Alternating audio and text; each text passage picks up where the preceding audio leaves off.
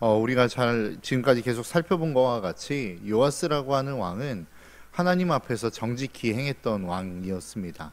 그래서 종교개혁을 단행했고 산당을 부수고 또 하나님의 성전을 세우는 이 귀한 일들을 감당했었습니다. 그런데 오늘 본문의 시작이 여호야다가 죽은 후에라고 하며 오늘 본문을 시작합니다. 여호야다가 정말로 힘을 발휘하고 그렇게 종교개혁을 할 수 있었던 이유가 무엇이죠? 그 옆에는 대단한 선지자가 있었습니다. 바로 여호야다입니다. 그러니까 이 세상에 있어서 하나님이 기뻐하시는 길을 갈 수 있는 것은 균형을 이룰 때 가능한 것 같습니다. 어떠한 한 분명한 올바른 기준이 있고 그 기준에 따라 살아갈 수 있는 힘이 주어질 때에 비로소 하나님의 뜻이 이루어지고 하나님이 기뻐하시는 길을 향하여 갈 수 있다라는 것입니다. 그래서 여호야다와 요아스가 함께 힘을 합쳐 올바른 기준을 가지고 하나님이 부여하신 그 힘, 왕권을 제대로 사용했을 때에 이스라엘이라고 하는 나라, 북남유다는 하나님 앞에서 든든하게 세워져 가는 나라가 될 수 있었다라고 하는 것입니다. 그런데 옳고 그름을 분명히 줄 수 있는 기준과 그 힘 가운데 기준이라고 하는 하나의 축이 무너진 것이죠. 여호야다가 죽음으로 말미암아 한 축이 무너진 것입니다. 여전히 힘은 남아 있었습니다. 요아스에게 그의 권력은 남아 있었다라는 것이죠. 그런데 문제는 무엇입니까? 올바른 기준을 제시해야 되는 그 기준이 무너진 것입니다. 그러자 어떤 일들이 일어나죠? 오늘 본문 17절의 말씀입니다. 여호야다가 죽은 후에 유다 방백들이 와서 왕에게 절하매 왕이 그들의 말을 들었다라고 오늘 본문은 기록하고 있습니다. 유다의 방백들은 쉬운 말로 이야기하면 유다의 지도자들입니다. 그러니까 지도자들이 여호야다가 죽은 후에 왕에게 왔어요. 그리고 절을 했습니다. 어찌 보면 그냥 당연한 문구 아니겠습니까? 왕에게 신하들이 절하는 거 뭐가 잘못됐습니까? 그런데 여러분 한번 생각해 보십시오. 여호야다가 살아 있을 때에 요아스를 통해서 했던 일이 무엇이라고요? 종교개혁입니다. 그러니까 우리가 생각했을 때 종교개혁 너무 좋은 거지 라고 이야기할 수 있어요. 너무 대단한 것입니다. 하나님께서 기뻐하시는 일을 감당한 그 종교개혁 너무 좋은 일 아니겠습니까? 그런데 모든 사람들이 좋았겠느냐라고 하는 거예요. 그 종교개혁 속에는 분명하게 자기의 기득권과 자기의 힘을 이룰 수밖에 없는 사람들이 존재했을 것이다 라고 하는 것입니다. 그런데 여호야다가 살아있을 때에는 그의 힘으로 말미암아 그의 분명한 기준으로 말미암아 그의 말을 듣는 요아스로 말미암아 그들이 어떻게 할 수 없었다라는 거예요. 근데 한 축이 무너지자 옳고 그름을 판단하고 제공해주는 여호야다라고 하는 한 선지자가 죽게 되어지자 어떤 일들을 벌이기 시작한 겁니까? 유다의 지도자들이 와서 절하는 것입니다. 그리고 왕에게 그들의 말을 전했다라는 거예요. 근데 그들의 말이 무엇인지는 기록되지 않지만 그들의 말을 듣고 난 이후의 결과물이 무엇입니까? 오늘 본문 18절에 그의 조상들의 하나님 여호와의 전을 버리고 아세라 목상과 우상을 섬겼으므로 그 죄로 말미암아 진노가 유다와 예루살렘에 임하니라. 여러분 한번 생각해 보십시오. 유다 지도자들이 와서 왕에게 절을 하며 무엇인가를 계속 얘기했어요. 그랬더니 왕이 그 이야기를 듣고 했던 일이 무엇입니까? 아세라 목상과 그리고 우상을 섬기기 시작했다라는 것입니다. 그러니까 유다 지도자들이 가서 절하면서 했던 일이 무엇이었겠어요? 우리가 전에 섬기던 우상을 다시 부활시켜야 됩니다라는 이야기를 하지 않았겠습니까? 그러니까 그 이야기를 듣고 했던 일이 아세라 목상과 우상을 섬기는 일을 했다라는 것이죠. 왜 이러한 일들을 했을까요? 그리고 유다의 지도자들은 왜 굳이 왕에게 와서 그렇게 절을 했을까요? 여기서 절하다라고 하는 원어의 개념을 보면 일반의 어떠한 사람들, 그러니까 그 신하가 완전히 자기의 어떠한 권위 아래 복종할 때 이야기하는 그 절을 의미하는 것입니다. 그러니까 복종을 의미하는 절이라는 것이죠. 내가 당신에게 복종하겠습니다. 그러니 당신도 내 부탁을 들어주십시오. 여러분 누군가가 나에게 고개 숙인다라고 하는 것, 그것은 조금 우쭐댈 수 있는 것 아니겠습니까? 힘이 있는 자에게만 가능한 것입니다. 그러니까 많은 사람들이 권력을 가지려고 하는 이유가 뭐예요? 그것은 자기의 뜻대로 자기의 마음대로 무엇인가를 할 수 있는 힘이 생겼다라는 것을 의미하기 때문에 그렇습니다. 그러니까 요아스도 그러한 어떻게 보면 자기의 힘에 도취되어지는 상황을 지금 맞이하는 것입니다. 내가 당신에게 복종하겠습니다. 당신은 우리 왕입니다.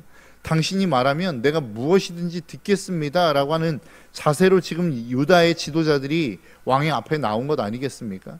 본인도 스스로 우쭐댔겠죠. 어깨가 올라갔겠죠. 기분이 굉장히 좋았을 것입니다. 그런데 그 기분 좋게 만든 그 기분 좋음을 통해서 그들이 얻고자 했던 결과물이 뭐예요? 우상숭배였단 말이죠. 그러면 그 요아스가 지금까지 살아왔던 그 삶의 모습을 보면 이것을 단호하게 끊을 수 있는 마음이 있어야 되지 않겠습니까? 그런데 그렇게 하지 못했다는 거예요. 왜 그렇습니까? 자신의 기분이, 자신의 감정이 그것을 허락하지 않았기 때문에 그렇습니다. 많은 사람들은 대부분 감정에 의해서 움직이려고 합니다. 기분 좋게 만들어주는 사람, 나를 마음이 편안하게 만들어주는 사람, 내 이야기를 했을 때에 토달지 않고 무조건 순종해 줄 수 있는 사람을 우리는 원한다라는 거예요. 근데 그게 늘 좋은 일이 아니라고 하는 사실을 오늘 본문은 이야기하고 있는 것입니다. 유다 방백들이 지금 그 일들을 하고 있는 거예요. 내가 당신이 이야기하는 모든 이야기에 토달지 않겠습니다. 그런데 그것을 통해서 지금 얻어진 결과물이 뭐라는 거예요? 우상숭배라는 거예요. 우리는 꼭 기억해야 됩니다. 여러분, 인간은 그렇게 의미 있거나 그렇게 자기의 삶 가운데 정직을 행하는 선한 존재가 아님을 우리는 기억할 수 있어야 됩니다. 우리는 언제든지 잘못된 길을 향하여 갈 수 있음을 날마다 인식하며 하나님 앞에서 나 자신을 돌아보며 살아갈 수 있는 이 지혜가 우리의 삶 가운데는 필요하다라는 것이죠. 여러분, 내가 살아가는 모든 삶이 다 옳은 것입니까? 그렇지 않죠. 우리도 틀린 삶을 살아갑니다. 저도 목회자이지만 제가 내리는 결정들을 되돌아봤을 때 저게 왜 내가 저렇게 결정을 했을까? 내가 왜 저런 삶을 살았을까? 후회하는 삶들이 참 많이 있다라는 거예요. 무슨 이야기입니까? 목회자라고 해서 모든 것이 다 옳은 결정을 내리는 게 아니더라라고 하는 것입니다. 여러분들은 다릅니까? 여러분들도 그런 경우들이 있지 않습니까? 여러분들의 삶 가운데 내가 하나님의 뜻대로 살아가고자 하지만 그 하나님의 뜻대로 살아가고자 결정 내렸던 결정들이 언제나 늘 옳은 결정들을 내리더냐라고 하는 거예요. 그렇지 않습니다. 우리의 인생 속에는 무엇인가 늘 잘못된 결정을 내릴 수 있다라고 하는, 그러니까 내가 그렇게 선하지 않다라고 하는 이 인정이 우리의 삶 가운데는 필요하다라는 거예요. 그래야만 다른 사람들의 이야기에 귀 기울일 수 있고 다른 사람들이 하는 조언에 귀 기울일 수 있다라는 거예요. 요아스는 지금 그것을 가로막은 겁니다. 그것을 막아버린 거예요. 그 모든 여지들을 닫아버린 것입니다. 그러니까 어떻게 된 거예요? 하나님께서 선지자를 보내서 경고하셨지만 그 경고의 메시지를 듣지 않더라라고 하는 것이죠.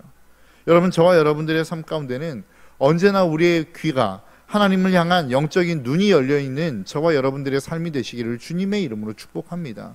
여러분, 인간이기 때문에 실수할 수 있습니다. 잘못된 길을 갈 수 있습니다.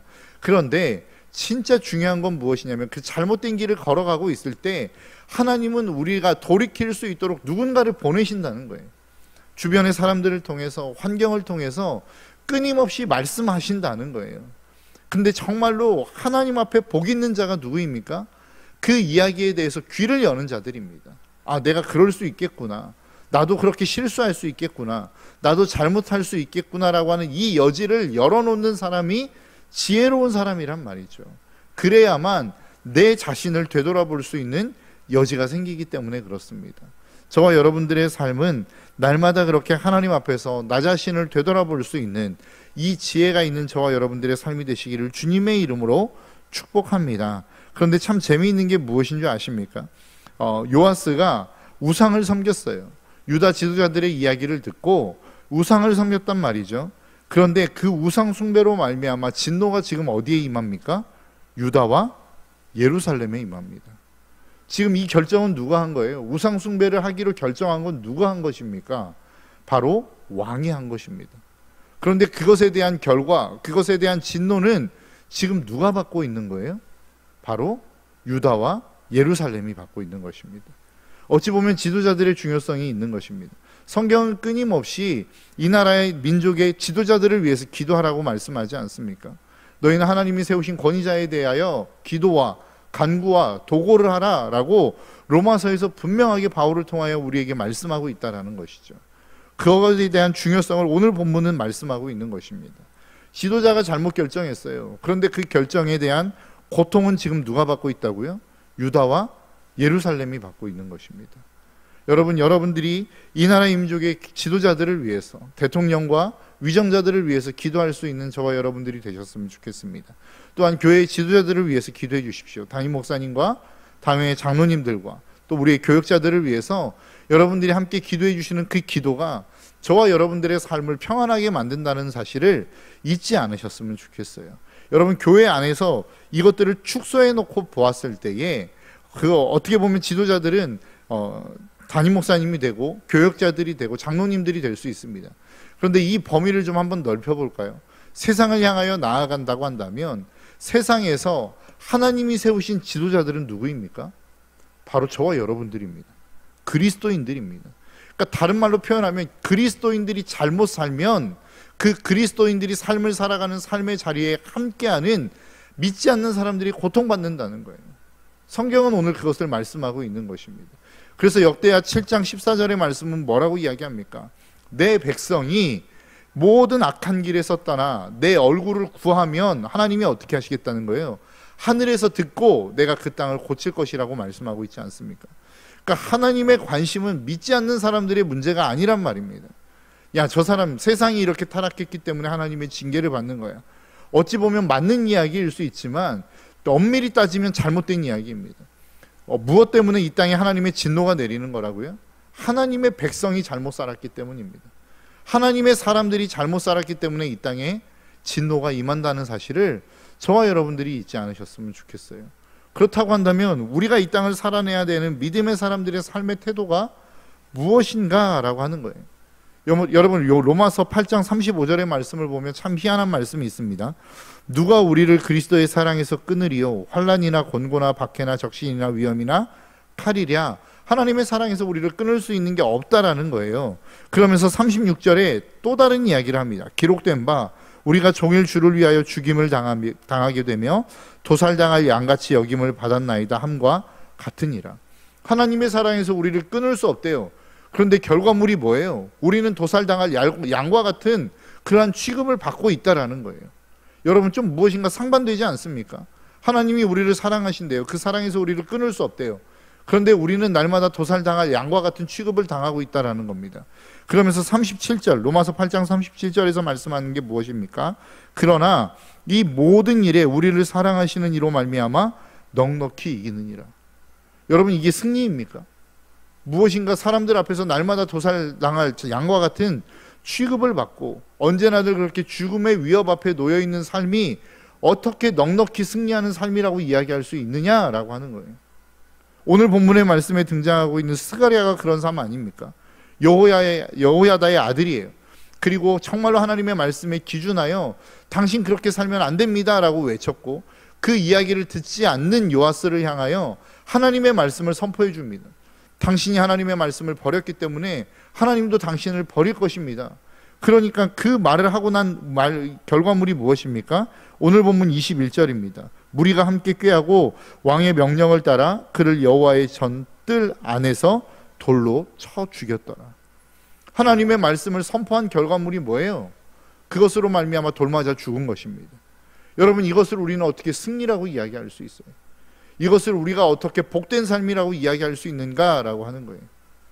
여러분들의 삶이 그랬다고 한다면, 여러분들의 삶이 복음을 전하다가 누군가로 하여금 모욕을 받고 오해를 받고 핍박을 받는다고 한다면 아, 저 승리한 삶을 살고 있어요 라고 이야기할 수 있겠습니까? 그럴 수 없다는 거예요. 그런데 성경은 그 삶이 넉넉히 이기는 삶이라고 이야기하고 있다는 거예요. 여러분, 오늘 본문의 말씀의 느낌만으로 보면 누가 승자인 것 같습니까? 스가랴가 승자인 것처럼 기록되어 있지 않습니까? 그런데 우리가 느끼기에 정말로 스가랴가 승리자라고 느껴지십니까? 그렇지 않죠. 그런데 성경은 분명하게 우리에게 말씀하고 있어요. 하나님의 말씀을 쫓아 살아가는 사람의 삶이 승리자의 삶이라고 말씀하고 있는 것입니다. 믿음의 삶이 무엇입니까? 나에게 주시는 말씀 앞에 순종하는 것입니다. 여러분, 우리는 자꾸만 다른 사람에게 이야기하시는 하나님의 말씀을 들어요. 그리고 그 말씀을 가지고 다른 사람을 정죄한단 말이죠. 그런데 믿음의 삶이라는 것은 뭐예요? 나에게 주시는 하나님의 말씀만 순종하면 되는 거예요. 지금 스가랴에게 하나님이 주신 말씀이 뭐예요? 가서 전하라는 거예요. 네가 하나님의 명령을 어겼기 때문에, 네가 하나님을 버렸기 때문에 너는 이제 형통하지 못할 것이다. 너는 이제 죽게 될 것이다. 이 말씀을 선포하는 게 지금 누구의 역할이에요? 스가랴의 역할이에요. 스가랴는 그리고 그 역할을 감당해낸 것입니다. 그러니까 성경은 뭐라고 이야기하는 거예요? 그 삶을 승리자의 삶이라고 이야기하고 있는 거예요. 반면에 요아스에게 선포되어진 말씀은 뭐예요? 네가 하나님의 말씀을 버렸다, 돌아와라. 이게 하나님의 선포된 말씀 아닙니까? 그럼 요아스는 어떻게 하면 되는 거예요? 그가 지금까지 살아왔던 삶의 모습을 버리고 하나님께로 돌아오면 되는 거란 말이죠. 그런데 우리는 대부분 어때요? 스가랴와 같은 삶에 놓여 있으면 하나님이 말씀하시는, 선포하라고 말씀하시는 말씀에는 순종하지 않아요. 그러면서 누구만 욕합니까? 요아스만 욕해요. 요아스 왜 하나님의 말씀 버렸어? 왜 하나님께로 돌아오지 않아? 그것은 요아스의 몫이란 말이에요. 그건 요아스가 살아내야 될 삶의 모습이란 말입니다. 그런데 우리는 자꾸만 다른 사람이 살아내야 될 삶의 모습을 가지고 내 스스로가 힘들어해요. 내 스스로가 자꾸만 다른 사람을 평가하고 판단하면서 괴로워한단 말이에요. 여러분, 이거는 그리스도인의 삶이 아닙니다. 믿음의 삶이 아닙니다. 우리의 믿음의 사람의 삶은 하나님이 나에게 명령하신 것까지만 순종하면 되는 거예요. 그것이 우리의 삶이에요. 그렇게 함으로 말미암아 박해를 받는다고 한다면 그것은 승리의 삶이죠. 왜요? 나는 그 하나님의 말씀 앞에 순종했거든요. 그 순종의 삶을 살아냈거든요. 그렇기 때문에 그렇게 순종한 삶은 하나님이 승리자의 삶이라고 말씀하고 있는 것입니다. 요아스는 그 말씀 앞에 순종하지 못했기 때문에 그 삶은 실패한 삶이라고 성경은 이야기하는 거예요. 그런데 자꾸만 우리는 믿음의 삶을 살아간다라고 이야기하면서 다른 사람에게 이야기하는 것만, 다른 사람에게 말씀하시는 말씀만 자꾸만 내 것으로 받아들이고 그것을 묵상한단 말이죠. 그러니까 힘든 삶을 살아가는 거예요. 요아스가 지금 그런 거 아닙니까? 당신 삶 잘못됐습니다. 하나님 앞으로 돌아오십시오. 하나님 앞에서 죽는 삶을 살아갈 것입니다. 그렇게 이야기하자 요아스는 괴로운 거예요. 자기에게 선포되어진 그럼 내가 돌이켜야지 라고 하는 이 이야기를 묵상하면 되는데 자꾸만 요아스에 대한, 하나님이 요아스에게 맡기신 말씀만 묵상하고 있다라는 거죠. 감히 지가 뭔데 나에게 이렇게 이야기해. 그러니까 돌로 쳐 죽이는 것 아닙니까? 여러분, 사실 우리에게 힘이 없어서 그렇지 나에게 힘만 있으면 어때요? 정말로 나를 힘들게 만드는 그 사람들 다 동일하게 처단하고 싶은 마음이 있지 않습니까? 복수하고 싶은 마음이 있지 않습니까? 그런데 그것은 하나님의 몫이라고요. 우리가 해야 되는 일은 내 삶 가운데 주어진 하나님의 말씀을 붙들고 살아가는 것, 그게 내 삶의 모습이라는 것입니다. 여러분, 자꾸만 다른 사람에게 말씀하시는 하나님의 음성을 들으려고 하지 마십시오. 그것을 묵상하지 마십시오. 여러분들에게 말씀하시는 하나님의 말씀만 묵상하십시오. 그리고 여러분들이 돌이켜야 될 것들이 있다면 돌이키면 됩니다. 회개해야 될 것들이 있다면 회개하시면 됩니다. 그것으로 말미암아 위로를 얻어야 될 수 있다면 위로를 얻으시면 되는 거예요. 우리의 삶에, 우리의 믿음 생활이 힘든 이유는 나에게 하시는 말씀이 아닌 남에게 하시는 말씀을 자꾸 듣기 때문에 그렇습니다. 여러분들의 인생 가운데 주어진 그 하나님의 말씀을 들으시며 그 말씀을 듣고 순종하며 살아가는 저와 여러분들의 삶이 되시기를 바랍니다. 그 말씀의 결과물이 처참한 것 같습니까? 괜찮습니다. 하나님은 그것을 승리라고 선언해 주시기 때문에 그렇습니다. 저와 여러분들의 삶이 날마다 그렇게 넉넉하게 승리하는, 넉넉하게 승리한다라고 하는 그 이야기는, 그것은 바로 내가 넉넉하게 하나님이 나에게 말씀하시는 그 말씀 앞에 순종할 힘이 생겼다라고 하는 것을 의미하는 것임을 저와 여러분들이 잊지 않으셨으면 좋겠습니다. 이 하루를 살아가는 저와 여러분들의 삶 가운데 그렇게 하나님의 말씀을 붙들고 순종함으로 말미암아 넉넉히 승리하는 이 하루의 삶이 되시기를 주님의 이름으로 축복합니다. 기도하겠습니다.